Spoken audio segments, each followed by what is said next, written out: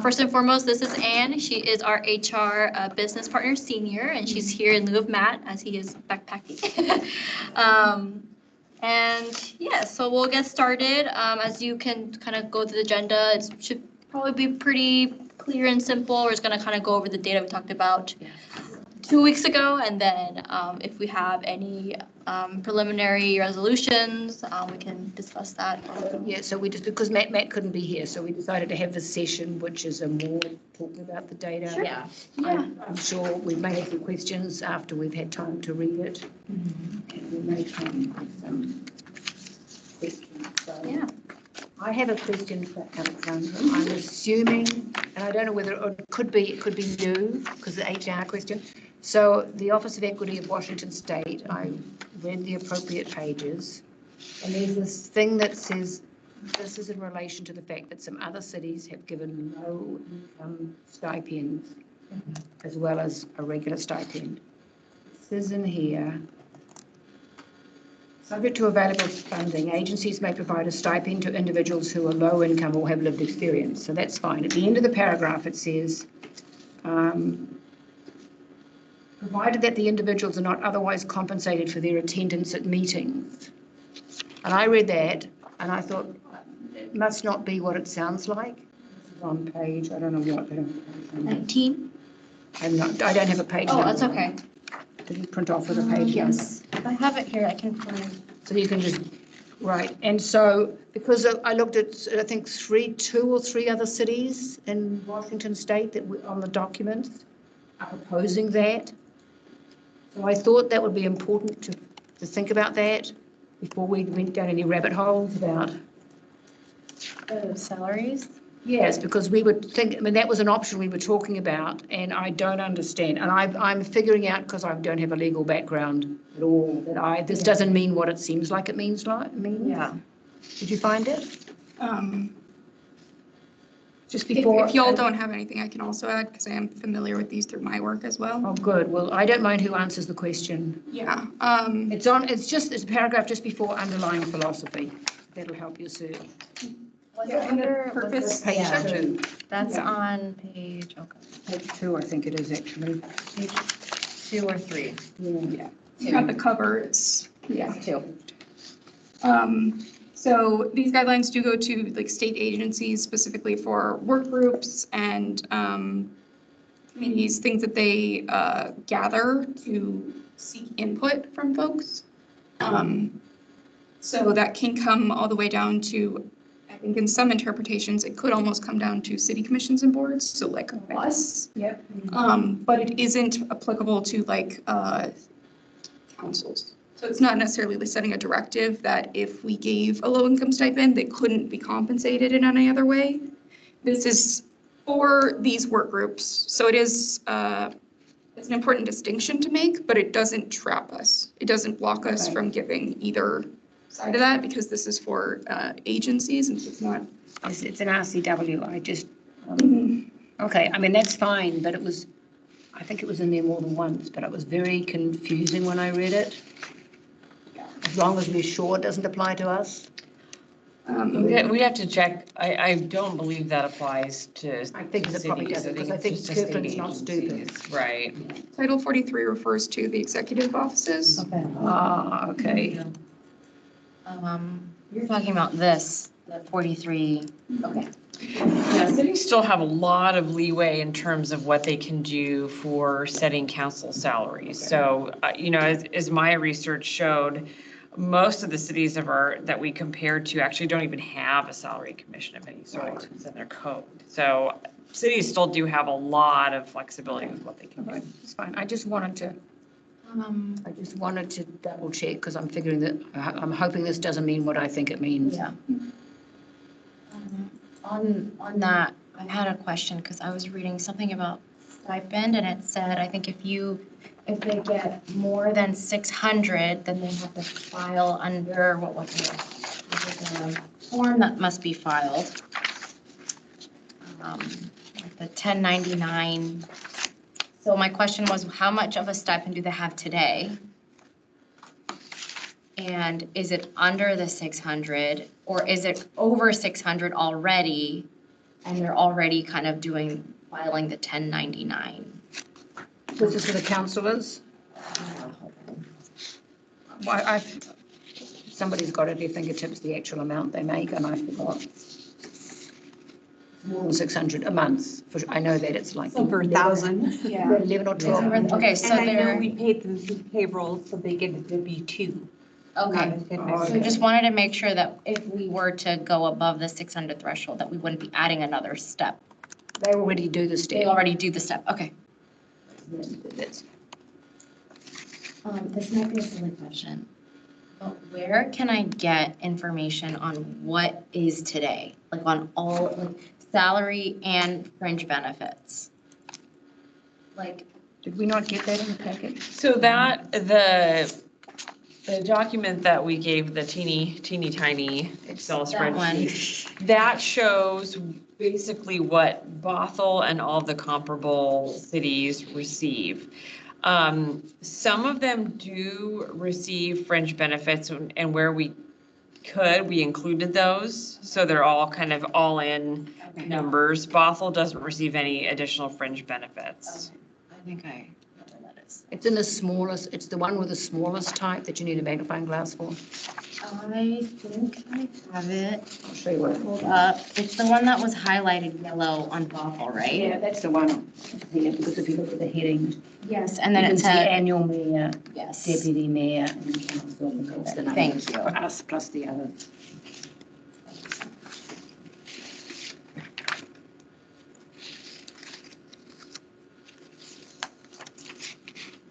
So Lauren, do you have any thoughts particularly from a week later, 2 weeks later? Yeah, I was kind of thinking of where we were at with kind of the two ideas that we had of getting closer to that spreadsheet that we were looking at, essentially kind of the per capita pay of that 35 cents per population per council. I think Matt had said that was about a 14% increase from current salaries versus if we were to get closer to that, like for meeting attendance, Office of Equity Community Compensation Guideline, like $25 an hour, that'd be closer to 33% increase. And I feel like I'm leaning more towards at least making sure that we're keeping par with our comparable cities. Yeah. But I don't know if I'm quite to the point of like an increase that is more significant than that. I do feel more confident in like the low income stipend, Yeah. especially after talking to some folks of just the different applications that they could use for that and not having it limited to transportation, childcare, these kind of buckets. Kind of where I'm at. I don't really think that I have any more questions to dive into that, but that's at least where I'm feeling.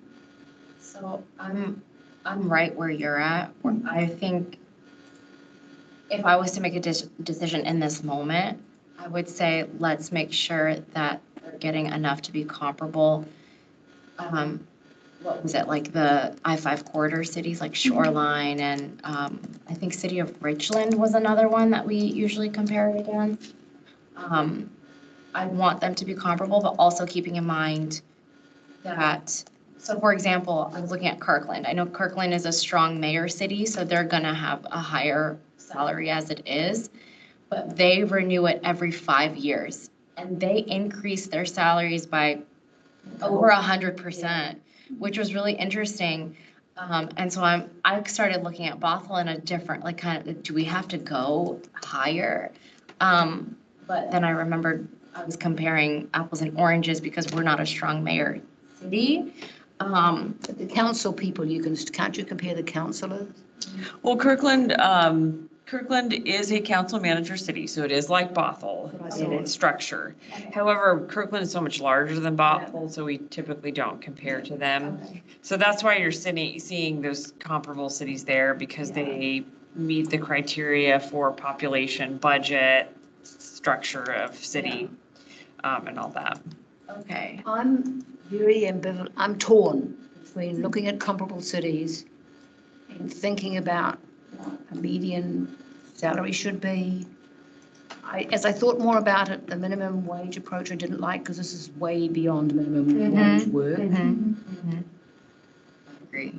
And so the problem is if you do comparable, if everybody's being underpaid, you just perpetuate the underpayment.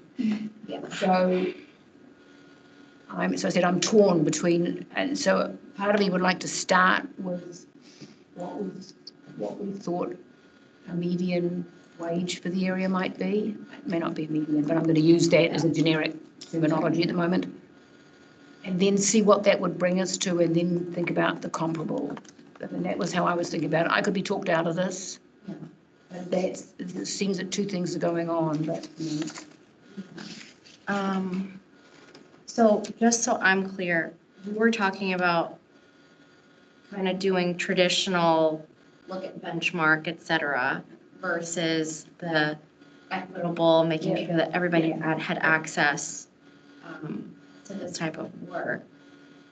I think, and correct me if I'm wrong, because I missed part of the meeting last time, in the essence of time, and right, because yes, in the essence of time, we're gonna look at more the traditional, but now we're focusing on the fringe benefits, so like stipend instead. Just want to make sure like this is the direction we've decided. Is that correct, or are we on? I think we've decided a direction. I think last time we met, Lauren and I sort of were in the position of a standard stipend for everybody plus one for low income. Perhaps we didn't even agree on whether we wanted steps or not steps. We didn't even talk about that, as I recall, in any depth. So we had we thought about it, and we liked the idea that it was I'm going to use $1,000 because that's an easy number. It'll be 1,000. We like the idea that of just that stipend related to your income rather than parceling it out for childcare and transportation and other things. People could then choose. People are responsible enough to figure out how to spend the money. So the question then is how much we consider the fact that we might bring in the low income stipend when we're talking about across the board stipend. I'd call it stipend salaries. So there's two stipends. The moment there's one. I don't want to call them a stipend or what do I want to call them? What a council we Salary versus stipend. that will work. Yeah. Okay, salary versus stipend. Okay, got it. So there's a standard salary. Okay, There's no stipend at the moment, as I understand it. yes, okay. That's what I agree with The this. salary versus stipend work. Okay. So, kind of from my understanding of where, what's occurred in past commissions, and definitely let me know if I'm wrong with this, is that there's been more of like a cost of living adjustment increase to salaries for council. So even the aligning with other cities, it seems like that's like the 14% increase is even more so than past years. So I think like looking at the market comparable, no, I don't want to see it as a floor. I think that it gives us an idea of like what the adjustment would be if we look at market comparable. But I mean, even these cities, quite a few of them don't have salary commissions. So it does bring up your point of, are these truly fair, equitable, reasonable? He says. So or even like the salaries that they're at. Yeah.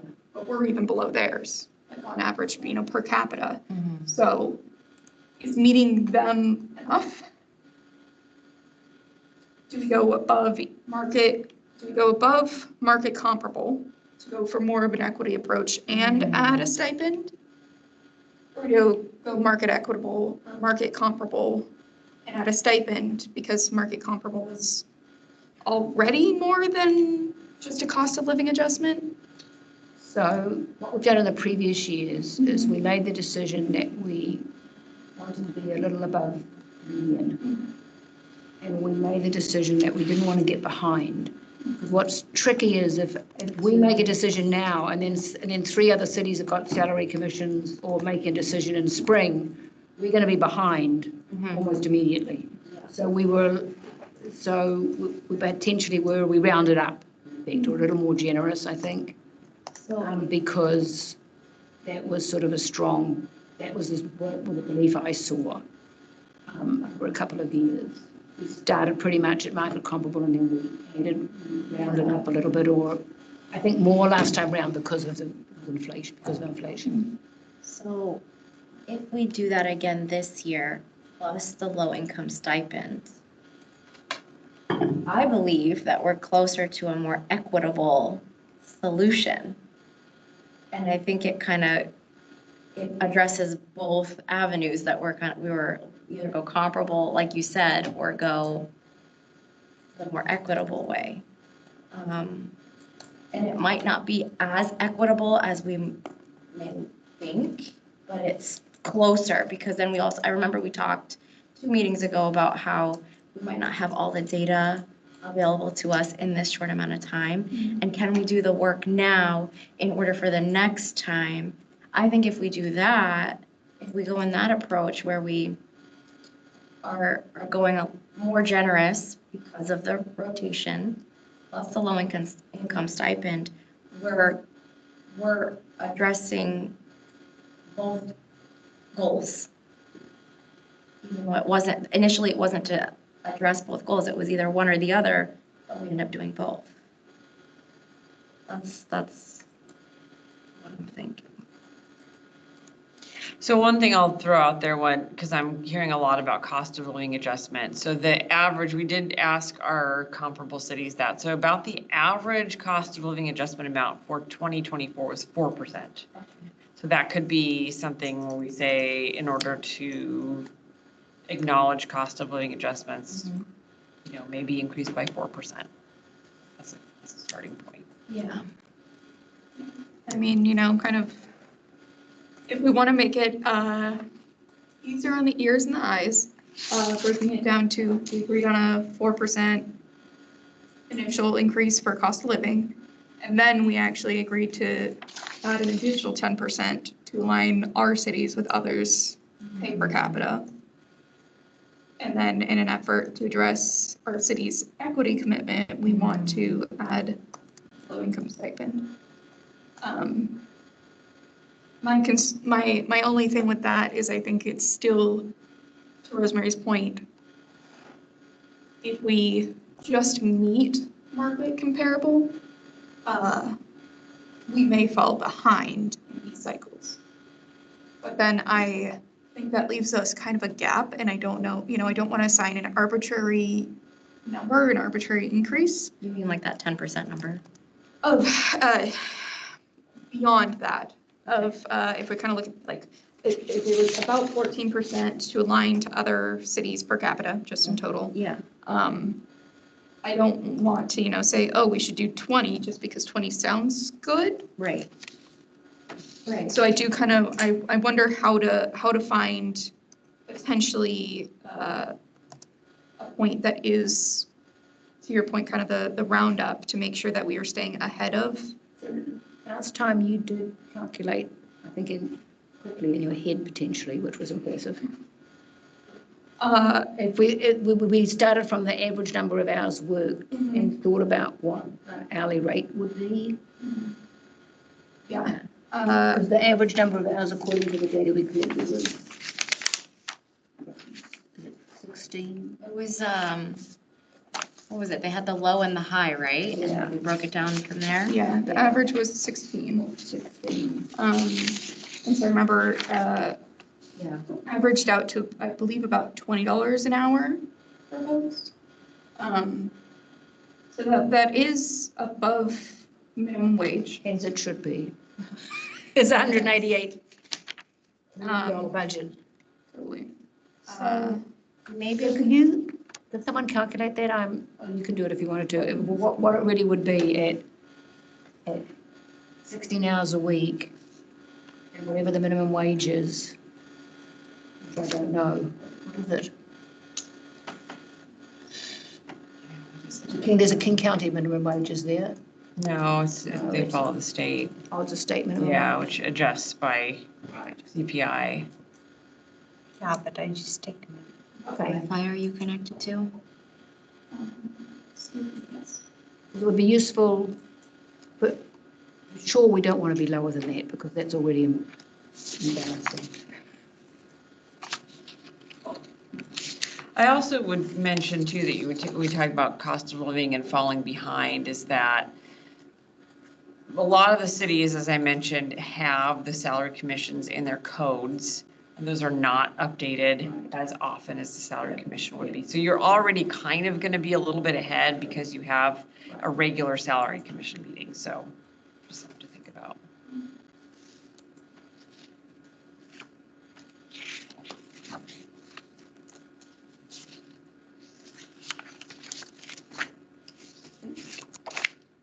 $16.28 per hour.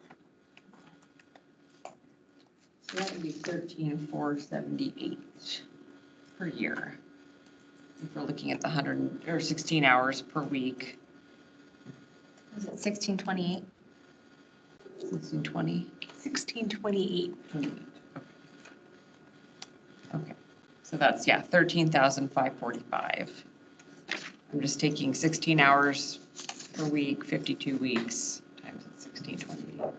And now they get, that's 1,500 for council per year.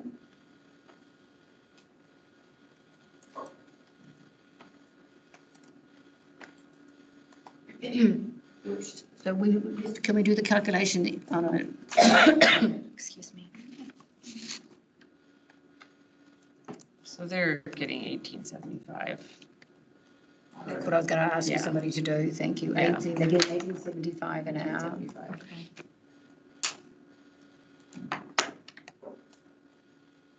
I mean, one way to think about this would be to come up with an hourly rate we thought was reasonable as a floor.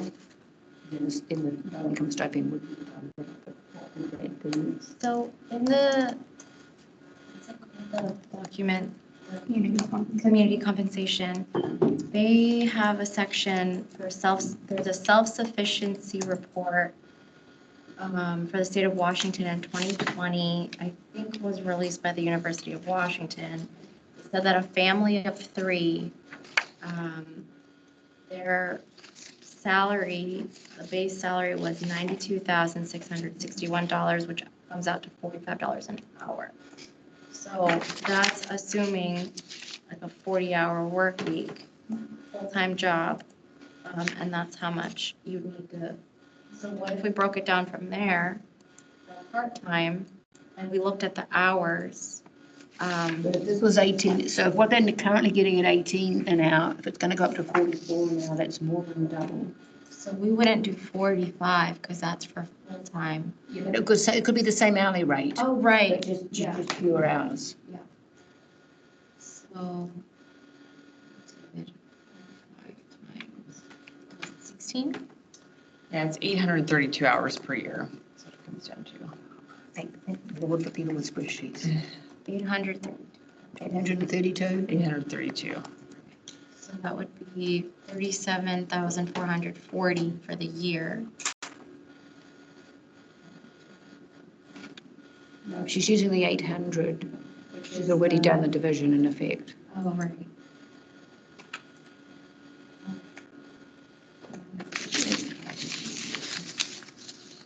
And that feels a bit overwhelming.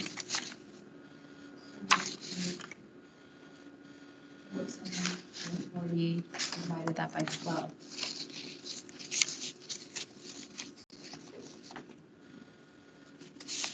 $3,120.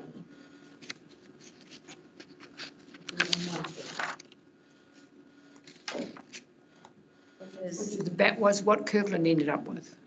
Yeah. They ended up with 4,000 for the Yeah. deputy mayor. The mayor and 3,200 for the council.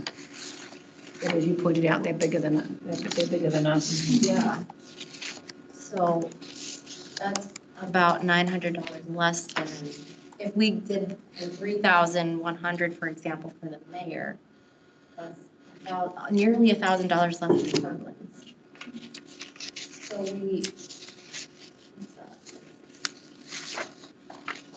so like 25% less than Kirkland. So it's not, we're not in the same ballpark as Kirkland. still smaller than that.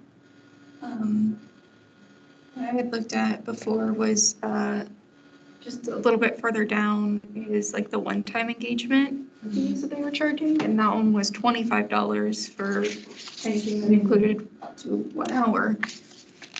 And I believe like the rough estimates that we had were that setting it closer to 16 hours a week at $25 an hour was about a 33% increase to salaries. So that's where I was kind of thinking is between this 14% increase and a 33% increase. Somewhere that's the range. Big gap. Yes. Yeah. And I'm not sure we can, if we want to do a significant increase on the salary part, it's not clear to me there's a way of arguing it. It doesn't seem arbitrary because it's been so low that we probably don't want to go up a full jump all the way up to perhaps potentially, using the calculation we've just done, that may overwhelm us a little bit all. So how do you decide somewhere in the middle? And I'm not, it makes me uncomfortable to sit in something with HR people and you're saying, well, maybe we're not going to use data. I'm sure it makes everybody twitch. Yeah. I was a math major, it makes me twitch. So my question, I'm like playing devil's advocate in my head here. If we were to do a significant increase, is there a need for a low-income stipend? And if, whatever the response is to that, what is the benefit of having a low-income stipend? Is it is it non-taxable? Is that the benefit here? Because then maybe we do a lower, like a combination of things. We can do a 14% rather than the 30%, and then we add the stipend. Or we get rid of the stipend and we do a significant increase, or we do both. I think those are like the 3 options here.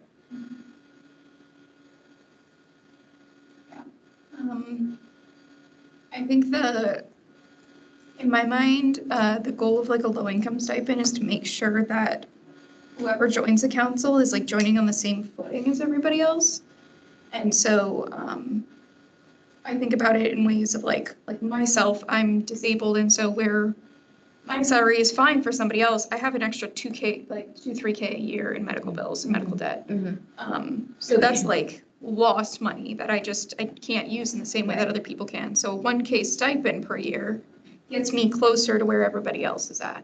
Just even in terms of being able to get my car there on time, make sure my car is running, like all these things. So paying people closer to a livable wage definitely gets people closer to being on the same footing. Yeah. But we also don't know what's going on in the background. That salary doesn't mean the same thing to everybody. Right.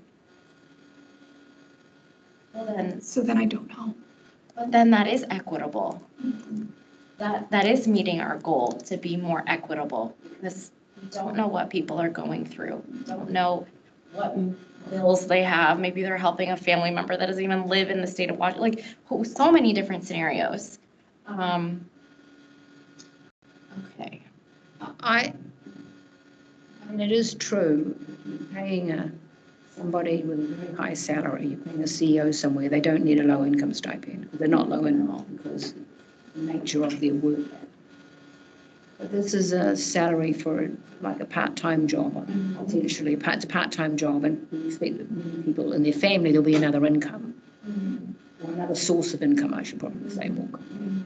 So that's tricky. At what point do you not need the low income stipend because you're paying generous to start with? I suspect we're not going to get to that point. I mean, it would seem to me the way we might not do that is if we recommended, which I'm not recommending, but if we did, that we really did, what's the cost of living, sort of adjust, those calculations you were talking about. How much does it really cost to live in Bothell? What does a salary need to be to do that? And just say it's the proportional number of hours worked. I think that's way beyond what we probably recommend. So then if you start saying that's too much, so that's what, but if we were doing that, we might not consider a low income stipend. That's what it seems to If me. we were doing a more significant increase. Yes. That's what it feels like to me. I mean, it doesn't answer Dawn's concern exactly, but it's less of a concern. Exactly. That would, for me, that would be addressing the equitable issue and being kind of above market. Maybe we should agree on that or disagree. Maybe we should come to a consent, come to an agreement.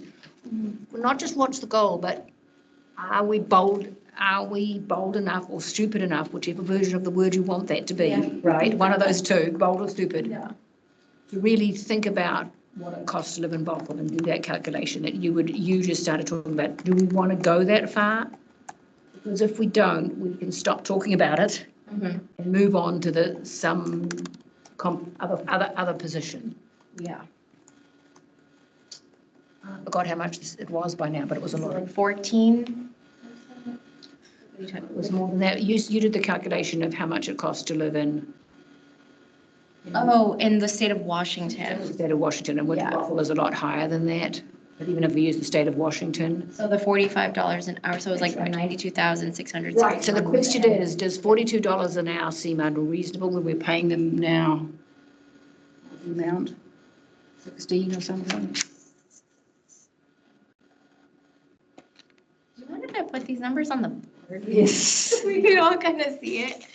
So what's the hourly rate now? We use the figures. I think it was 1875. 75 for a council okay, member. so currently for a council member, it's 1875. Thank you for this. Yeah. So the current, Let's just do council first, not mayor, because, so this is council, right? yeah. Okay. Once we've fixed one, the others are easy. Is it CIL? Please don't judge me. Yes. Okay. Current hourly is 1875. Right. And so if we did 1875 by 16, what's that number? That's 15,600. What is it? Or sorry, are you talking, it's 15,600 a year. That's what they currently get. Oh, annual would be 15.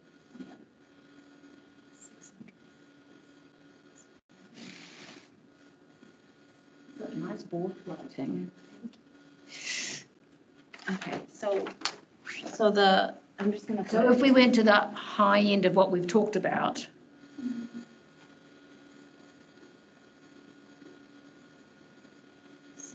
Self-sufficiency approach was the 45 an hour.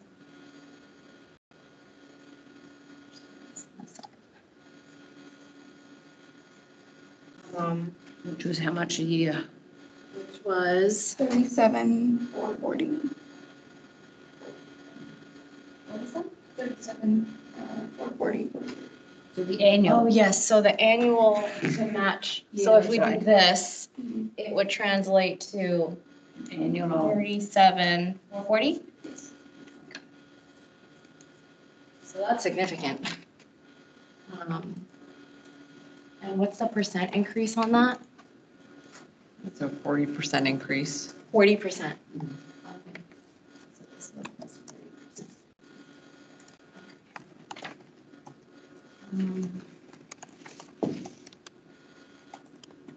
And that's, when we've got these, we have some monthly stipends. They've been expressed in the documents we have by month, and so that's.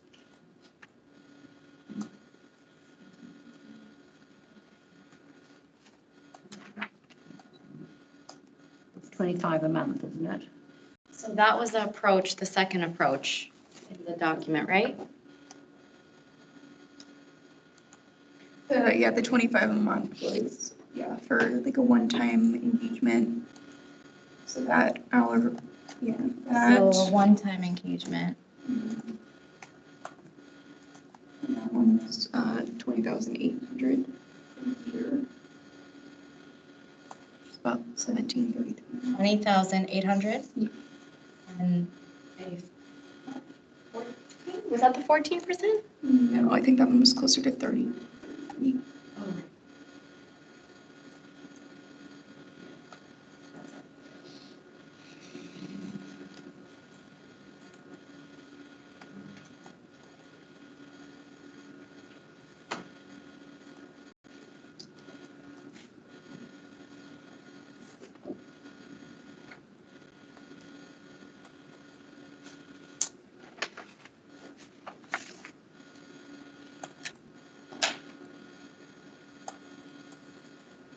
Okay, actually, I'm sorry, it's not a 40%, it's a 140%. I was going to say, it's more than 100%. Great, yeah. 140. I was thinking, Get that, making sure, 140% increase. yeah, and this other one is 33, that's right, the 33 is right.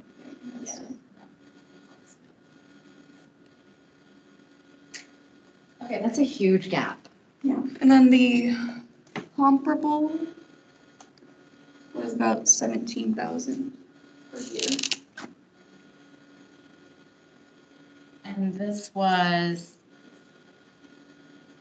Just so we look at it, we could just compare ourselves to other Yeah, that's just. city councils, comparable, I think that one was. closer standard to definition of comparable.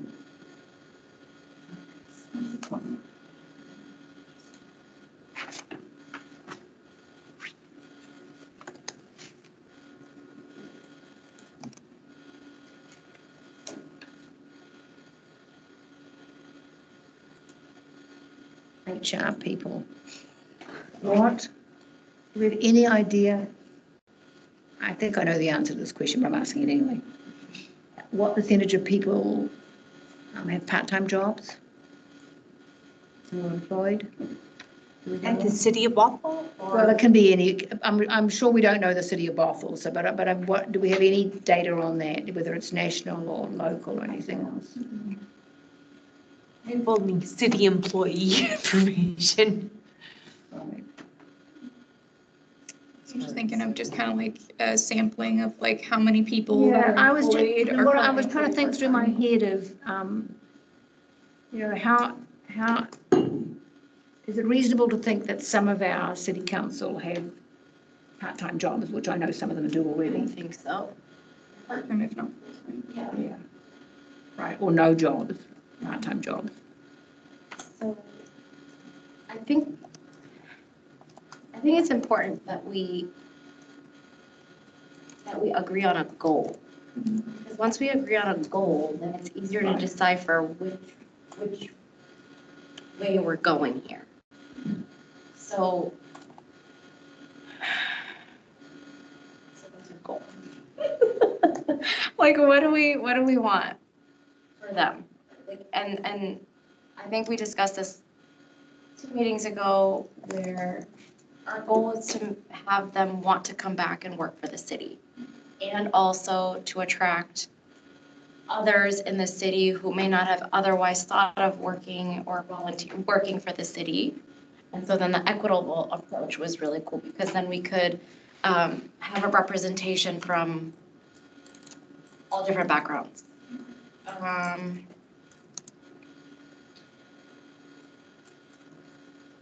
I have a strong belief that we ought to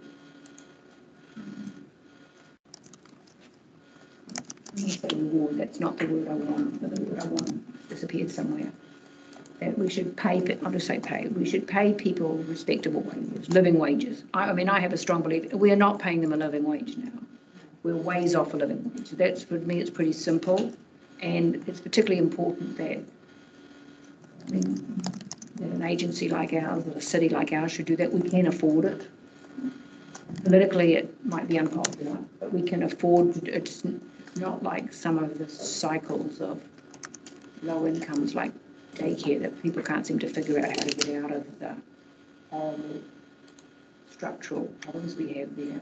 We could pay a living wage, and we're not. So that's sort of, that's the first piece. Equitable or not, we need to get everybody, whoever it is. and we might be on the low end of that, I understand that, because this is a bit of a shock Part-time. to pay to make this a substantially reimbursed position, because we haven't been doing that. I mean, and when I say we, I mean, almost none of the cities have been doing this, so it's not just a Bothell problem.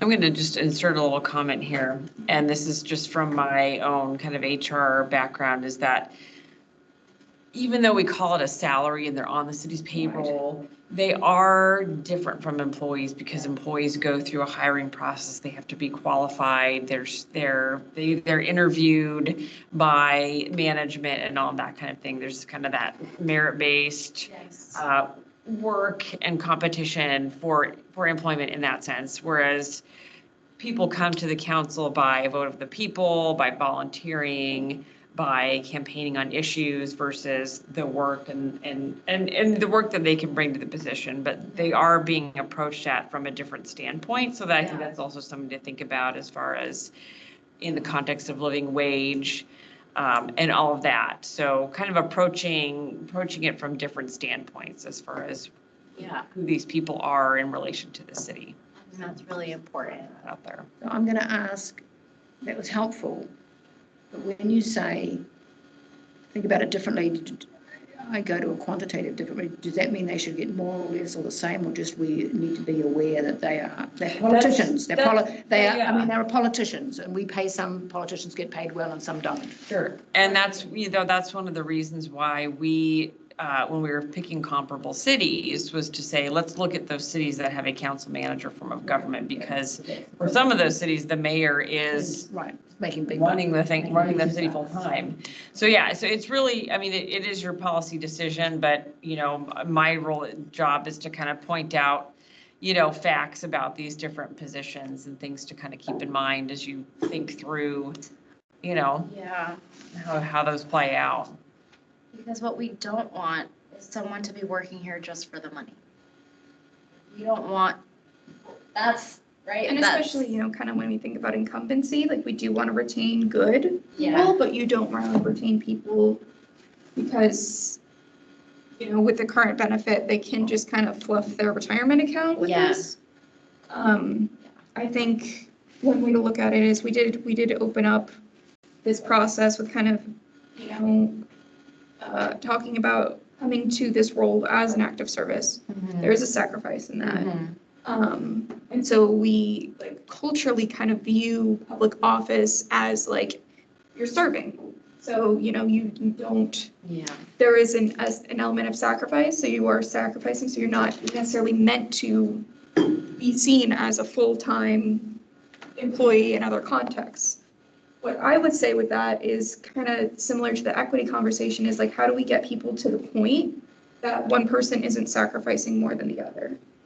And I think that kind of brings us back to the equitable of how do you honor the service, acknowledge a sacrifice, but do not have the bar so high that people cannot get past it unless they are a certain level of privilege to be able to serve. No, I think you're right. Sorry, I loved what you said here. I had to Because that's actually I think that's a guiding principle here. Because another thing actually is taking kind of another approach. We talked about it a little bit with the low income stipend, but is, I don't know if we can necessarily do this, but is a stepped approach. Yeah. How we increase our minimum wage, where we set a goal of I totally forget what the state one is, but we were $15 minimum wage in this year, and then, City of Seattle was $20 minimum wage, but that's, in 2024 or something. So 2021, it's increased by this percentage, next year by this percentage. And so it gave business the ability to increase. And so, again, I don't know if we can necessarily prescribe steps. I think we have to say change right now. You mean future commissions? I think they're independent and there's no guarantee they're going to listen to us. There's that aspect. And so I'm kind of thinking what step would we feel comfortable where we are heading in the direction that we feel comfortable, but is potentially not immediately jacking it up to everybody. 140%. Yeah. the taking approach so that we gradually get there over the coming And you hope time. subsequent commissions would be willing to do that. kind of, yeah, I don't know if there's a prescriptive way that we can create, like little bumpers, like a bowling alley to kind of guide people in that direction. It could be written about, but not. Yeah, we You can can't write it prescribe down, it. yeah. That may or may not have any impact. I know, but that's life. Yeah. But yeah, I'm at least thinking of like the steps that we could take of kind of like our step one, how do we point ourselves in that direction? Yeah. That aligns with the other cities, like Exactly. Kirkland, that are like in our region, and people are, not even just our market comparable cities, but yes, when people talk about the salary commissions of Redmond and Kirkland and Edmonds and Woodinville, we're right there in the middle of it. And if we're not taking note of how, like, the direction that other people are going in, so I think it's good to be informed by that, not let it necessarily lead us to 140% Yeah. increase, but again, send us in the right direction. Yeah. So I'm still thinking it's somewhere between that 14 and 33. Yeah. What is a number that meets people at a certain Where did we assumed get the level? 33 from? That was the one-time approach of the 25 an hour. But I don't fully understand where that 25 number comes from. He's from this document. Yeah, it comes from the Office of Equity. It was mostly for temporary ad hoc work groups. A one-time low barrier engagement such as surveys, interviews, written feedback, things like that. So it was essentially like, here is, So you contract out for someone to Yeah. do a survey and you yeah, pay them $25 an hour. It's like a one-time job. Which this is not, but it could be, we could use it as a guiding principle of not getting up to $45 an hour, whatever that first one was, $45 an hour, if you're not giving I think the 45 is a bit much. yeah. So the 25, it says an incentive for participation. Oh, 17, yeah. Sorry. No, you're all good. The $25, they say incentive for participation and demonstrates value of community members' time and expertise.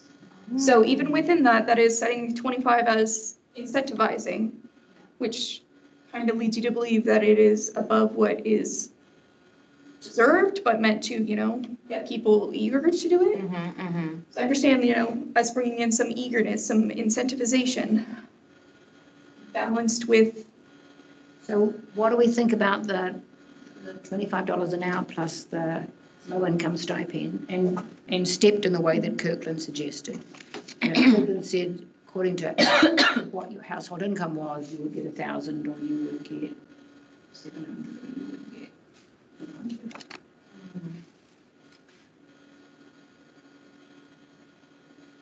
I don't hate it.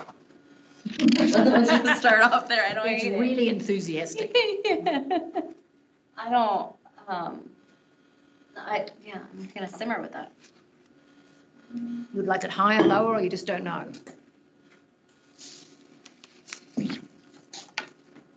So you said this one with the No, low no, income no, or this one. with the low income? This one with a low income. Okay. I'll sit back down again and let you do it.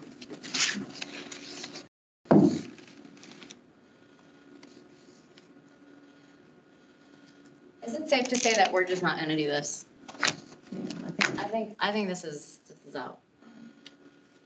Right? Right?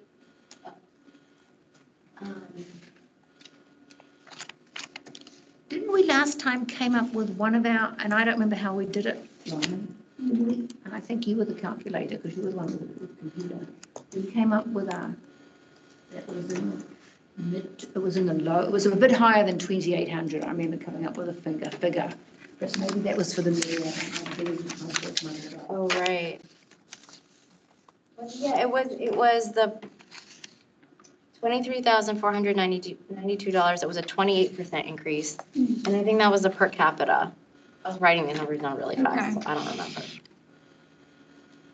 that's quite. Yes, that's right.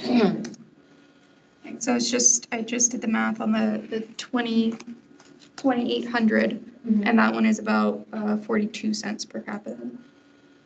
So that would put us within the range of some of our comparable cities, within the higher part of the range. Similar to like Mercer Island. Remind me how you're getting how you're calculating the per capita?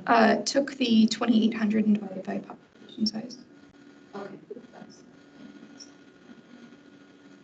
So these are per population, that's a council salary, and this is like the average across all these lists. Mm-hmm. So the average being 35 cents per capita. And that figure is actually, I've made some updates since then. So because after our last meeting, we got some additional clarifying data from Des Moines and from Mercer Island. So currently, we just, on a per capita, it was 45 cents per capita on average for the mayor position, 33% cents per capita for the council member. It was 42 cents per capita for the deputy mayor, which is awfully close to the mayor. So not all of those cities pay a different rate for the deputy mayor. Some of them do, some of them don't. And I can tell you when we were getting the actual numbers for those positions, we rounded them a bit so they didn't end up with $28 or something foolishness like that. So we made them. So Ron, what do you think about that? That one time using the 25? Would we have a rationale for it? I think we have.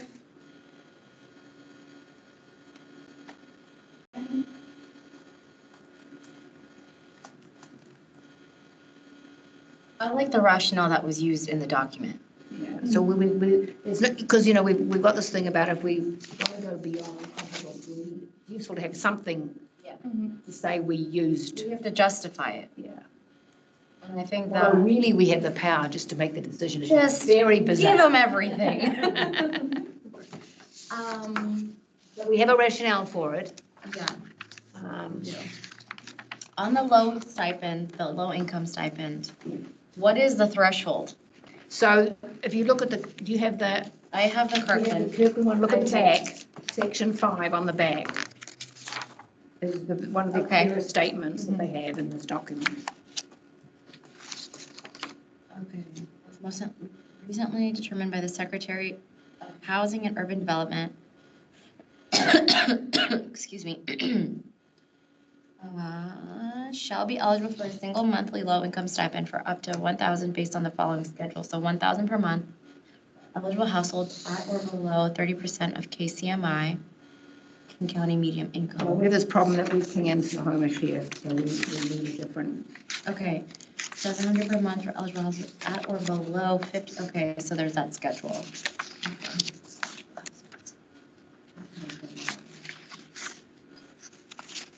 But they, But I don't know if I can be convinced otherwise. If the goal for the low-income stipend is for equity, then I wouldn't want to do the step.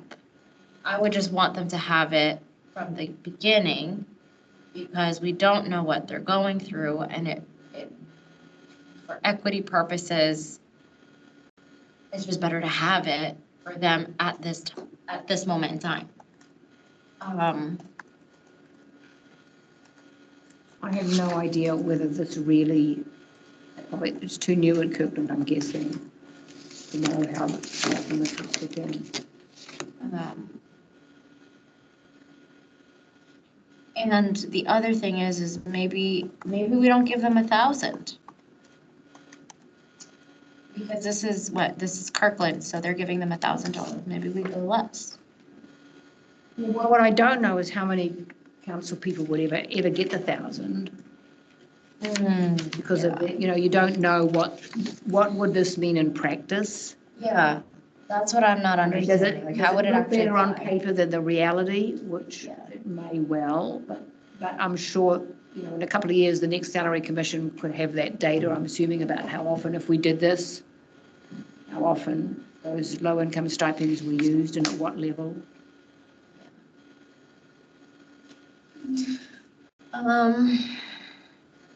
I believe most of the other cities that we're looking at that did use a low-income stipend also set it at 2,000. Yeah. Honestly, it's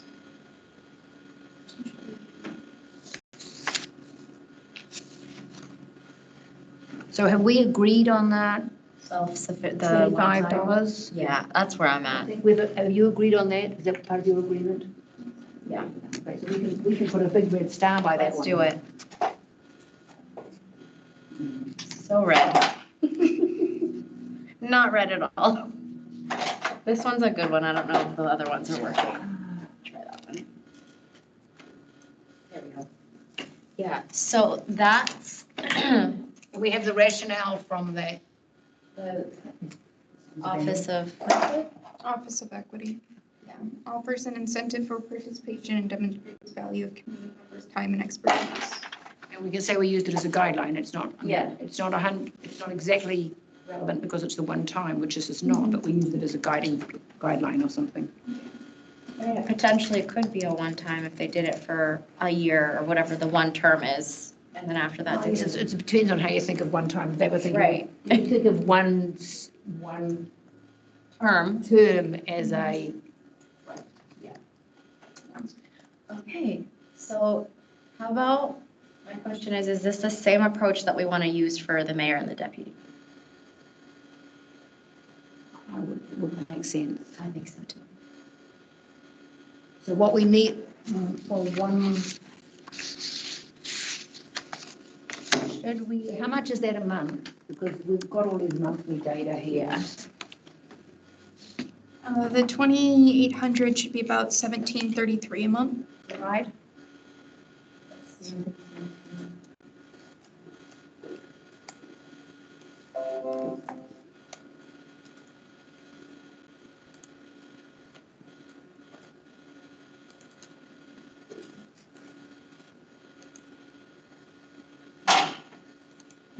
That's right. And so what is the,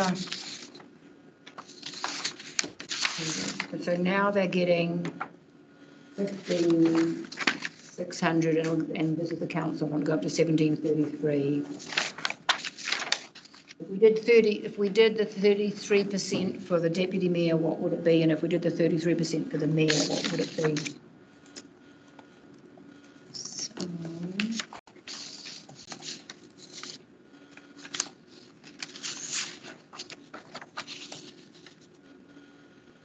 So 22,743 for the deputy mayor, Was it again 22,743? 22,743, and 24,339 for the mayor. This is with the 33% increase? That's just a 33% increase. Okay. And it's currently 20.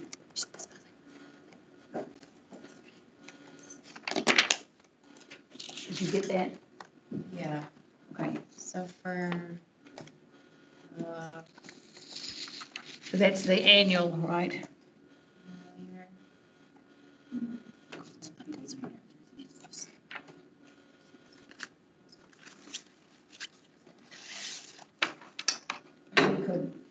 The last time we did this, we rounded, so we would make 745, 750 or something.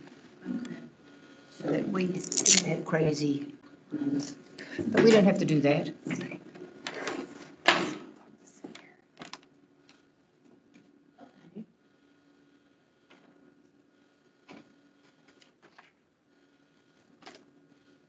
We could make the 722, the deputy mayor 22,743, we could make that 22,750, not quite as. And the mayor at 24,349, we make that 24,350. Or actually, I think we did it the other way. I think maybe we did it last time on the salary commission, we did it we rounded the months, not rounded the annual. I don't really care. okay.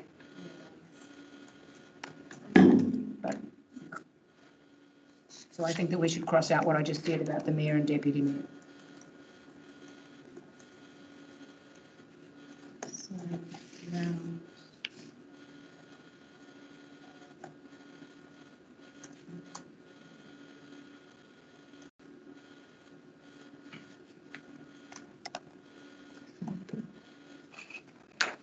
The answers are coming. Yeah, so the monthly, with a 33%, the monthly for the council will be 1729. So you're saying round that to, 1730 or so. Let's get them all and then figure it out. okay, so 1730, and then probably 1900 for the deputy mayor. What's it come out to? Well, it's 1895 for deputy mayor, 1900. and then 2028 for the mayor. It'll be 2030. 2030. That's 33-ish.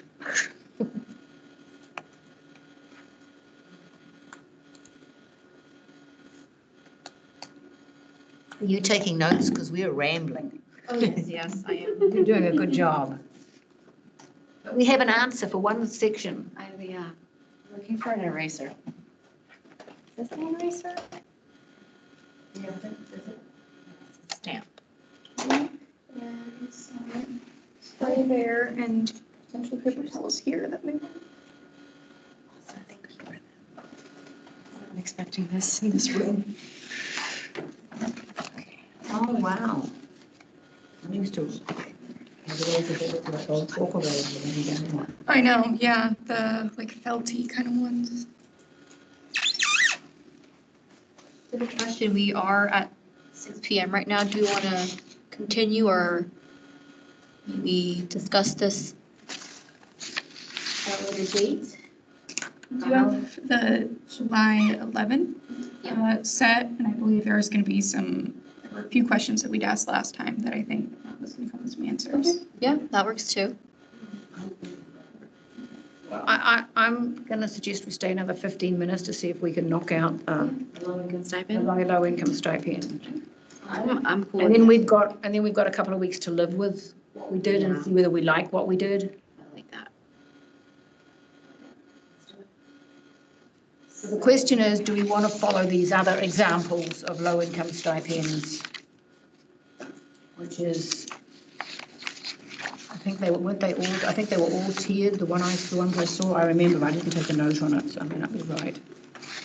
Woodinville didn't do it. Shoreline did, I think.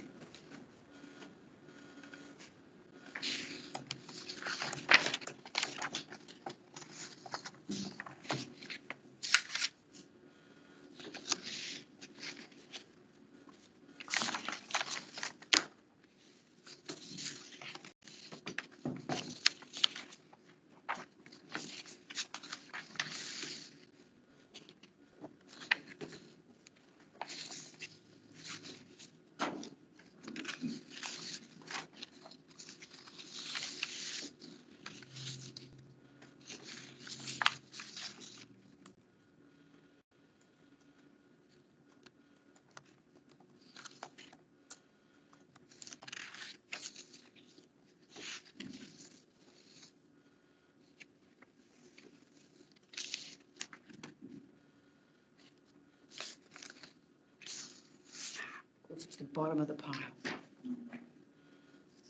Edmonds established a low-income supplement for $500 a month to any elected official, like a council member, who can demonstrate 2 years tax returns that income is less than 80% of reported median income for Snohomish County.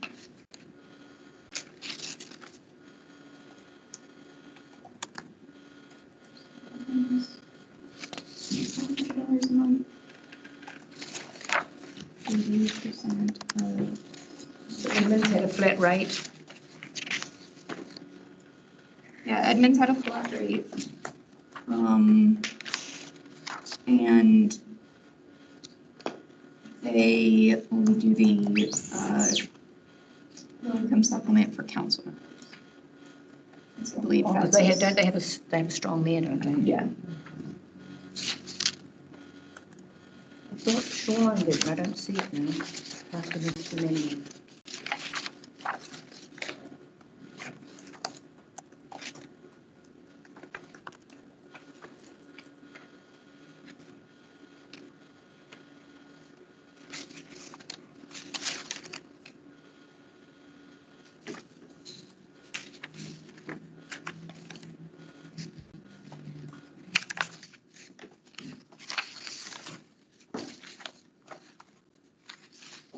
Maybe it was only two. I thought there were three in the package that had income supplements, but maybe it was only two. I believe the city of Woodinville, They talked about it but didn't do it. they talked about it. They also referenced city of Issaquah.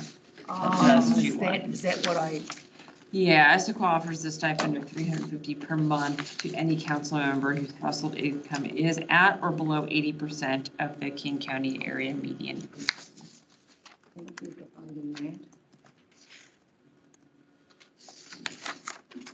Can you repeat the amount for their stipend again? $350 per month.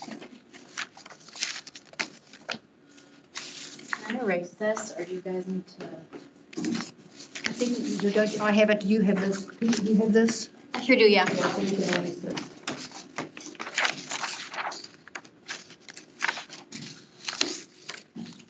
So, all right, so I think we've agreed, we'd like the idea of the low income stipend. We have a question of how much would it be and do we tier it? Yeah. They're the two questions.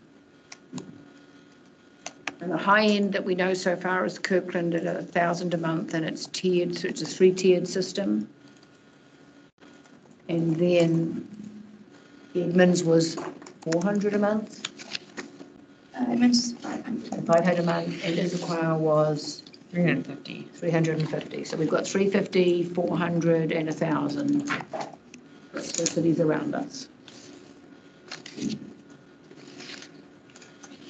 And Edmonds and Issaquah didn't tier it, did they? It was just I flat. don't believe so. Edmonds didn't because it was just one line, but I don't believe. So let's assume they didn't. So we have the two questions: what should the amount be, and should we tier it? If it's low, if it's a small amount of money, the notion of having tiers seems a little overkill as a policy. You can get 100 a month if you only have this, something. What were the other cities again? So It's Kirkland, Edmonds, and Woodinville references as a choir. As a choir, we don't have their direct data. Is that one not Woodland, not? And it is a sort of a question mark because it's second-hand data. Edmonds was 350, and it was under 80%? Correct. Issaquah did. Or sorry, yeah, Issaquah was 350 when Edmonds was 500. Now Kirkland was 1,000. Oh, yes. But theirs was also tiered. Kirkland was tiered, Edmonds was not. 1,000 and it's tiered. Edmonds was 500 and not tiered, and Issaquah we don't think is tiered. 500.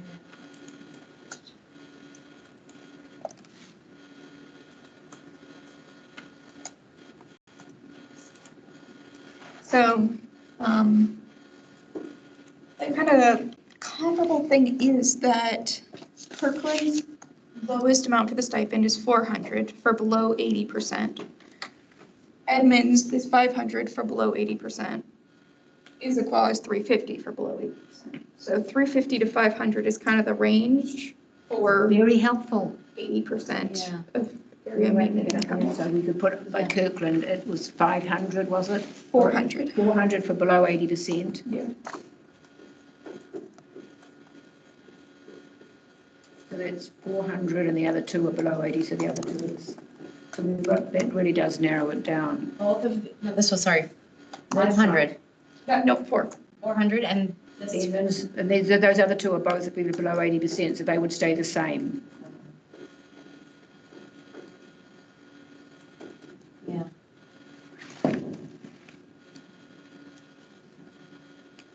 And then with this, we had talked about using the HUD, which is national data, but it allows us to kind of skirt around the King County, Snohomish County. So the rationale for this is more complicated. But So but we've got comparable numbers that we're using. we've got comparable numbers. It's just now a matter of like, if we're using national data to apply it to local, do we want to potentially go on the high end of this to again kind of like make sure that we're covering our butts. That, Overtime. and also just to, because I don't know how different HUD could be to this King County, Snohomish County split. That like maybe it's just different data, and so it's kind of generalized. So I'm just thinking. HUD? Housing and urban development. Okay. You heard it as HUD probably, not HUD.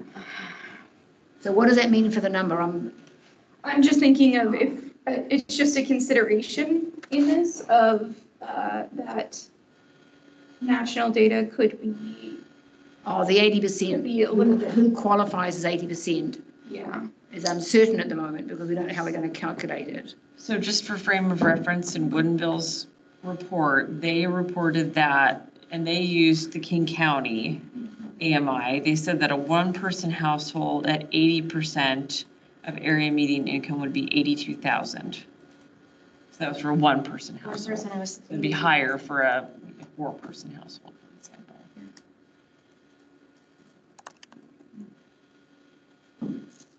We must have comparable numbers for Snohomish. I'm sure. I'm sure I don't have them at my, They've got to exist. yeah. Sorry, this was for Woodinville. That was Woodinville's, Referencing King County data. yes. Well, I'm going to suggest, I don't really care whether it's 400 or 500. I'm going to suggest it's either 400 or 500 at the, and we use the 80, below 80%, so we don't step it. We do a small amount. And there's no step, and I don't really mind what the fee is. If we go with the comparable approach, then we do the city of Edmonds. If that's our logic. Because they're more like us. Because they're more like us versus current.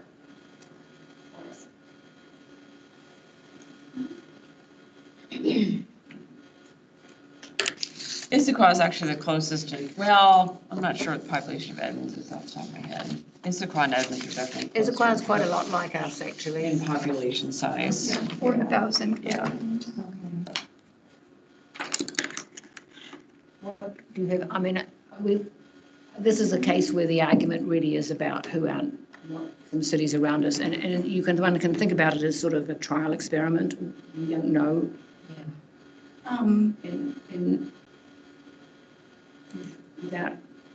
In 2 years, we'll have more information. Edmonds, their salary commission did increase the city council salaries too. Actually, numbers pretty similar to ours. There's the 2462 for council members. So us following their suit with the number of the low income stipend is 500. the only difference between, well, the major difference between us is that they are a strong mayor city. You're not. So that just, The councillors, that doesn't really matter. yeah, it just, when we consider like applying it to the deputy mayor, their salary increases, but I don't. But they would get the flat amount. They're not going to get 15% more than 500 or something. We've been thinking about it, or I've been thinking about it. We decide on 500, and that's what everybody can, any of the 7 people on council, whether they're a councillor or mayor or deputy mayor, have the potential to get according to their income status. Which serves our goal for equity. Yes. I already have the preference for a number.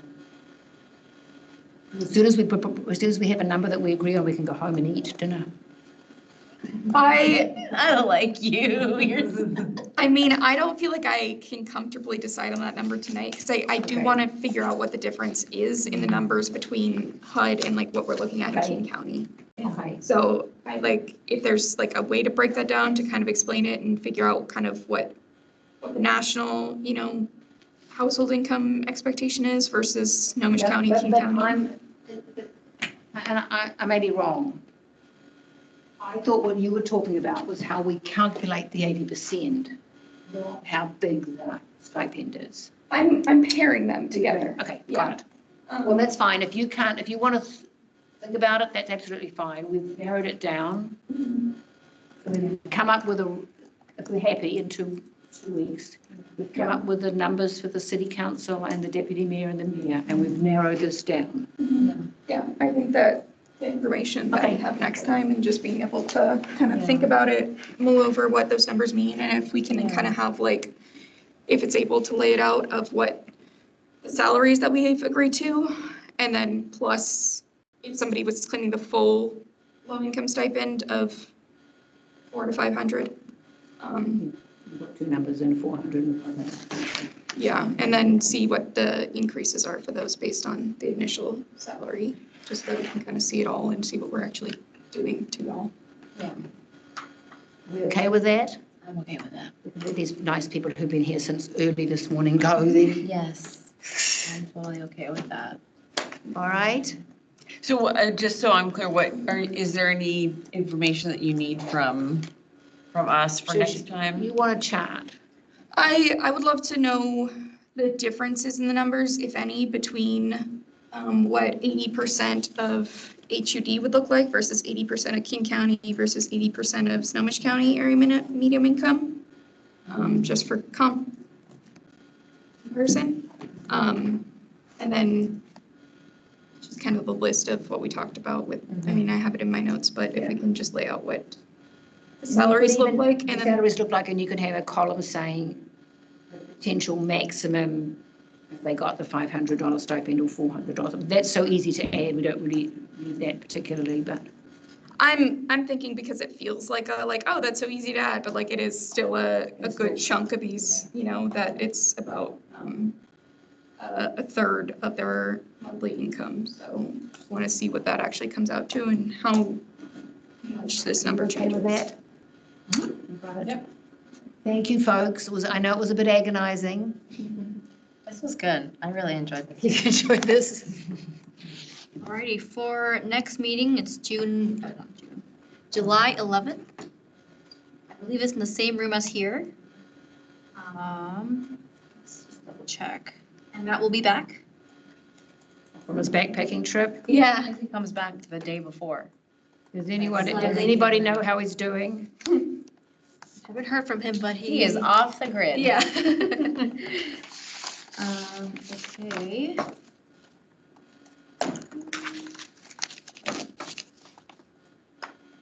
think that's it. And with luck, it's going to be the last decision-making meeting. We have to have another open meeting. Public hearing. Public hearing saying this is what we did and come and yell at us if you like. So I have a question as far as like the resolution. Are we creating the resolution? Are you helping us create the resolution? How does that work? My understanding is that we create it. Yeah. And then it's like a package we provide for you guys. Okay. So it'll be a public hearing, so it might be slightly different. We might have public join us. Yeah. Nobody's ever I've come heard before. not yet. This time. I've heard not. And that meeting, if we come to a preliminary decision, would be July 25th. Okay, so we're anticipating 2 more meetings. One next week to finish deliberating on the low income side. 2 meetings. You said one next week. I'm just saying it's one. Oh, in 2 every weeks. day, yes, okay. 2 weeks, yeah. So the next one would be for the low income stipend and to And cleaning it up. loose ends. And then the following one we anticipate will be the public hearing to Yep. just finalize everything Yep. on paper, officialize Yep, everything. you got it. Okay. And then it's done. They take it to the council, who are sometimes too scared to say anything about it. Right. All right, well, I love awesome. it. Thank you, Last guys. time we got 2 comments from council people, as I recall. Thank you all for being so patient at us sitting here and out. I mean, all we have to do is sit in our armchairs and have a conversation. They had to. Thank you so much. Thank you. Want to stop recording?